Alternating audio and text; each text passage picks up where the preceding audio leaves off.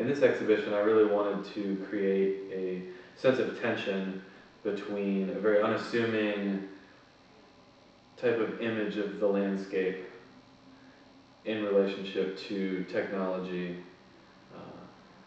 social media, and different digital technologies.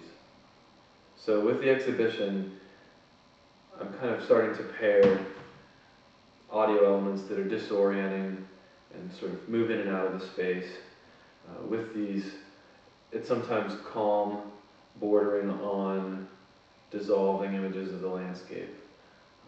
For the most part, they're fairly serene and straightforward. I really wanted to play with the idea of believability, kind of as a metaphor or narrative in the work, dealing with the believability of images that I'm using for research, how we so quickly have come to know this new sense of looking at images through digital means, and how much stock we can put into that, how believable they are as images, as reference points.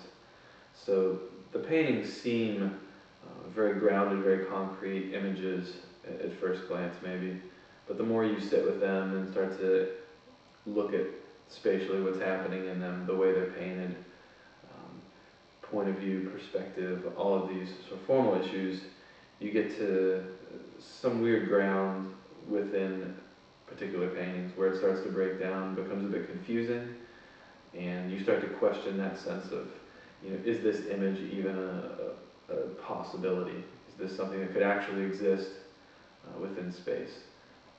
So the paintings become a reflexive notion that starts to question themselves as representational painting, which is something I'm very interested in, constantly trying to resituate how representation is fitting into painting. So while you're viewing these pieces around you, this audio is coming in and out, it's sort of flickering in and fading, it's feeling as if it's almost tuning. There's something about the gesture that I was excited to explore in thinking about the way we receive information and the way that we process it. Because ultimately, there's sort of very few channels of information that we receive, and I think it's important to question that structure of information and the way that it's almost, in essence, like tuning. Everything's coming through the same conduit.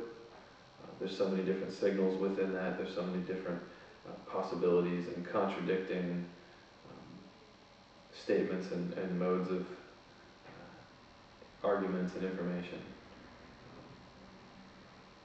So in some ways, the audio in Sentinel becomes a representation of that, where you have different voices literally coming in and out of the space, in and out of the gallery. You have some mangled kind of digital noise that's coming in and out. It creates a sense of drama and confusion within the space, and the actual physical source for the audio is a hypersonic speaker that was essentially R&D for military purposes. And then it had been broken down to a point where it had a more consumer usage. So I'm taking this speaker that basically works like a flashlight, where you don't necessarily perceive where the audio is coming from, but you perceive where the audio is hitting within space. So it functions like a flashlight, where you don't see the beam, but you see the illuminated subject that it's hitting. So you're having a very physical experience within the exhibition, and these audio components are actually working against some of the images in the show, where you have these large vistas, these pastoral moments of the landscape that are such close reference points for the viewer, images that everyone knows, that are very sort of commonplace and even serene at times. So with that contrast between those two worlds, it starts to hopefully allow the viewer to ask some questions about the images themselves, where they're derived from, how you're situated within them.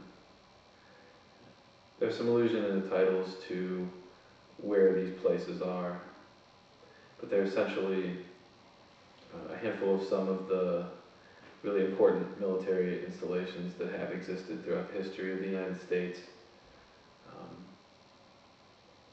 And I think it was important for me to remove the architecture from these, and sort of remove the physicality of the Cold War context and period from where a lot of these images are captured from, or the installations they're talking about. So in essence, you kind of have to fill in the blanks